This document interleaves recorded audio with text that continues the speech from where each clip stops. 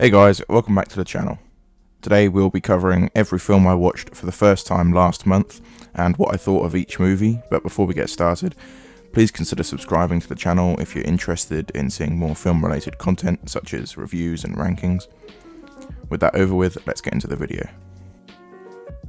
The first film I watched last month was The Unbearable Weight of Massive Talent, starring Nicolas Cage and featuring Pedro Pascal.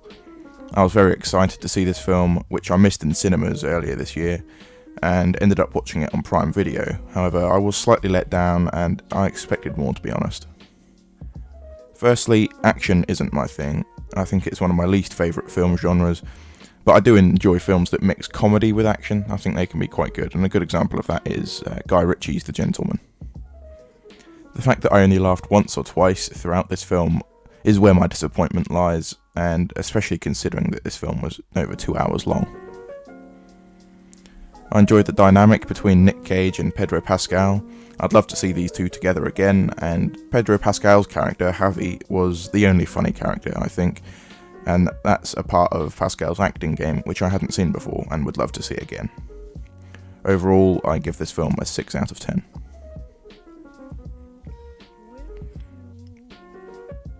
The second film I watched this month was one of the new A24 films released this year, titled X.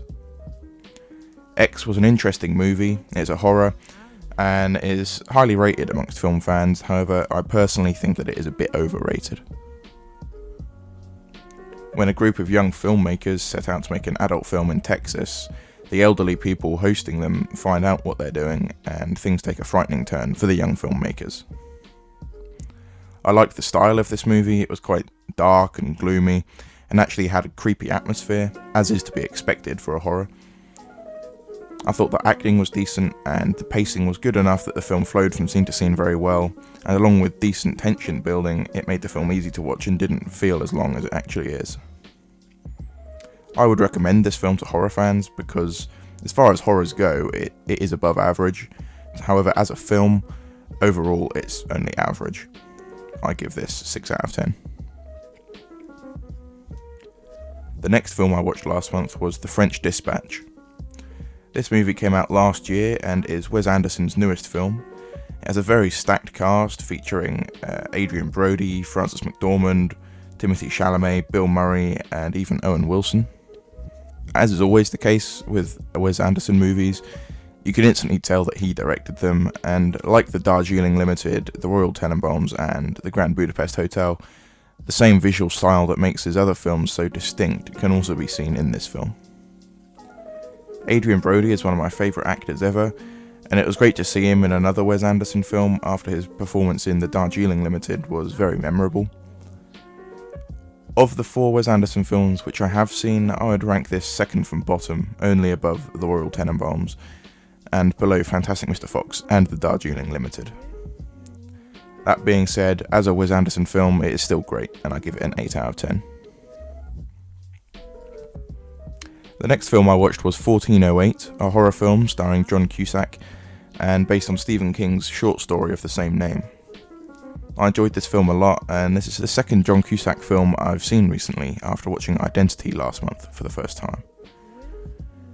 1408 also features Samuel L. Jackson, however he is only in a few scenes as the majority of the film is John Cusack alone in a hotel room, as he is encountering what seems to be horrific hallucinations which turn out to be more than just hallucinations.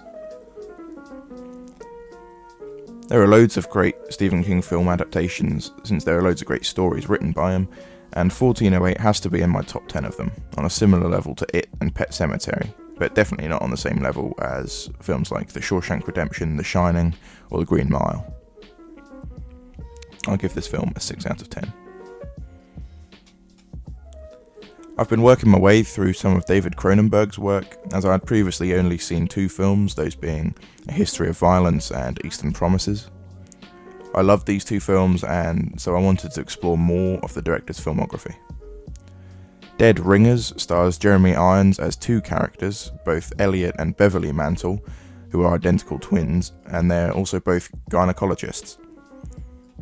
Elliot is attracted to and has affairs with several of his patients, and after he unsurprisingly loses interest in them, he hands them over to Beverly, unbeknownst to the women themselves.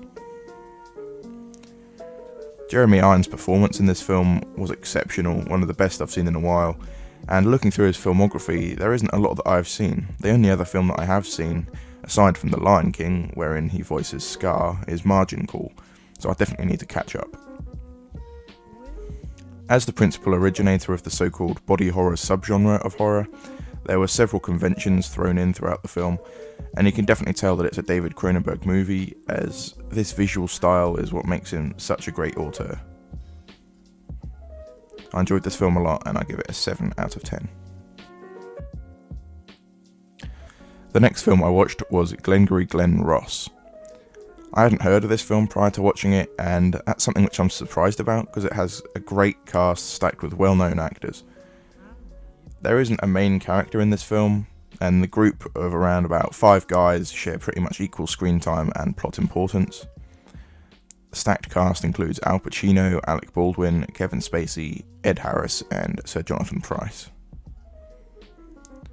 I think the performance which is most memorable, however, comes from Al Pacino. During the final act of the film, Al Pacino's delivery of dialogue is perfect, and I think it's one of the best scenes I've seen in ages.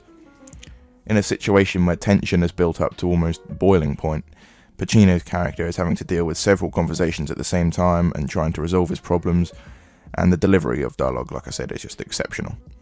I definitely need to watch more from this actor. I give this film an 8 out of 10. In an effort to watch more from Paddy Considine, after his exceptional performance as Viserys Targaryen in House of the Dragon, released about a month ago, I watched Dead Man's Shoes. This was another exceptional film and one of the best British indie films I've ever seen. For a film which only had a budget of £723,000, this is proof that a well-written and well-directed film doesn't need a multi-million-dollar budget, and there's no excuse for large studios like Marvel and DC to release movies which are less than mediocre. Paddy Considine plays a soldier who has returned to his hometown from war and exacts revenge on the thugs who bullied and tormented his mentally disabled and younger brother while he was away. This film comes from director Shane Meadows, known for directing another well-known British indie film titled This Is England. I haven't seen this, but it is now on my watch list. As always, Paddy Considine's performance was great and different to how I've seen him before. He had the compassion of Viserys, his character in House of the Dragon, and the talent for violence of his character, Father John Hughes from Peaky Blinders. I love this film and I give it an 8 out of 10. The next film I watched was Coherence, which was directed by James Ward Burkett. Coherence revolves around a group of 8 friends at a dinner party who, while a famous comet is travelling over Earth, they start to notice and experience a chain of reality-bending events. This film was another banger and reminded me a lot of the Cloverfield paradox, only this film was infinitely better. I didn't know any of these actors, nor the director, James Ward Burkett. This was Burkett's first feature film, and he hasn't directed anything since this film's release in 2013. He doesn't have any upcoming films either. He has directed a few episodes of TV shows in the past, and you can tell that he has come from a TV background because the visual style of this film reminds you a lot of how TV shows look. The plot was very interesting and unique, which makes it memorable. This film was above average, however, personally I'm not a fan of science fiction, so I didn't enjoy it as much as most probably would. It's definitely worth a watch though. I give it a 7 out of 10. The next film I watched was The Menu, which was released into cinemas recently. It stars Nicholas Hoult, Ralph Fiennes and Anya Taylor-Joy. It's a thriller, comedy / satire, and I enjoyed it a lot. I have a full review of the film on my channel, so check that out if you're interested. I gave this movie an 8 out of 10. The final film I watched last month was Videodrome, one of David Cronenberg's classics. I thought it was good, however not as good as the other 3 Cronenberg films that I've seen. It's about an owner of a rubbish TV channel named Max Wren who broadcasts a TV show he finds called Videodrome. The show is dedicated to gratuitous torture, and after Mac's girlfriend Nikki auditions for the show, she disappears, and Max realises that the torture and punishment depicted on the show might not be as fake as he had previously thought.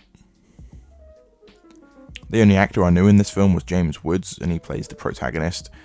And I think he gave an incredible performance in the film Once Upon a Time in America. And although his performance in this film was not as good, his performance in Videodrome here was still great. As always, you can tell that this is a Cronenberg film, as his inclusion of body horror conventions are clear to see, and his visual style is very obvious. Although being my least favourite of the Cronenberg films that I've seen, I still think it was decent and give it a 7 out of 10. That concludes all the films which I watched for the first time last month. My least favourite of these films was The Unbearable Weight of Massive Talent, and this seems odd to me considering that I didn't dislike the film. I just liked all of the others more, and actually last month I watched a lot of really good films. My top 3 films of last month are as follows. In third place is Dead Ringers, directed by David Cronenberg and starring Jeremy Irons. In second place is Dead Man's Shoes, a British indie film directed by Shane Meadows, starring Paddy Considine. And in first place is Glengarry Glen Ross, directed by James Foley and starring Al Pacino, Ed Harris and Kevin Spacey. That's it for today. If you enjoyed the video, please consider subscribing to the channel and liking the video to support me. Thanks for watching, and I'll see you next time.